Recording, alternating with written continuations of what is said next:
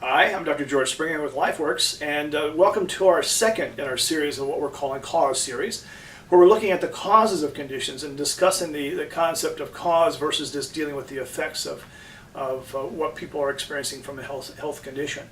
The area we're going to talk about today is going to be that of diabetes and insulin. And diabetes and insulin is actually at the top of the list in terms of causing an epidemic in the United States and really across the globe. People are a little surprised to learn sometime that in Asia, for example, that the problems with even obesity and diabetes are at an all-time high.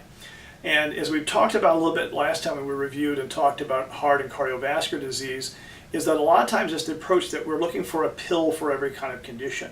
And certainly there are pills to help us with our sugar, but those pills deal with the effect and to try to actually lower the sugar without asking the question is, why is an individual having problems with their sugar? Why are they having problems with managing their glucose? Why are they insulin resistance? Insulin resistance is the condition that actually results in a type 2 diabetes, where all of a sudden the body is no longer responding to the insulin.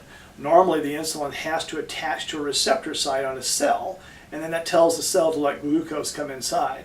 What happens with insulin resistance is the insulin cannot park. It can't attach to the cell, therefore the glucose is not ushered inside the cell. It not only affects energy, but glucose starts to rise and people start then being labeled as having type 2 diabetes. So the bigger question is not what can we do to just shove the insulin into the cell, but more especially what has caused the cell to become less responsive to the insulin to begin with. And there lies the approach that we use here at LifeWorks.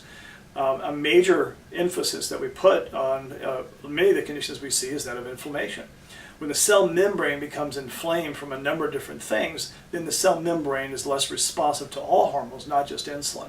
The cell is made of a nice little fatty layer. It's got little fatty layers that go into it. And so when those fats become either oxidized or inflamed by different kinds of factors, then we begin to start seeing insulin be less responsive. And some of those factors are things like chemicals and toxins and heavy metals. And certainly those are causes of individuals having problems with insulin.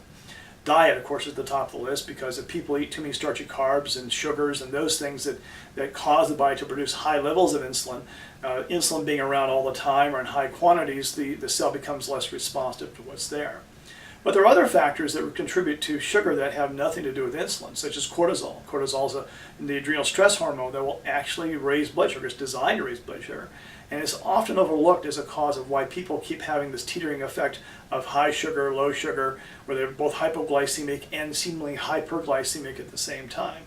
So what we do at LifeWorks is we go through and look for these causes of inflammation and look for these other hormonal imbalances that may be impacting on insulin. And so the causes, again, are not just a matter of giving you a pill to lower your sugar, but rather giving you a program that will effectively change your life by getting your insulin adjusted where it needs to be, along with the other factors that control your blood sugar. There's nothing more devastating than have a diabetes develop and all the different fallout that go with that. Most people are aware of those things. So again, thank you very much, and look forward to seeing you next time.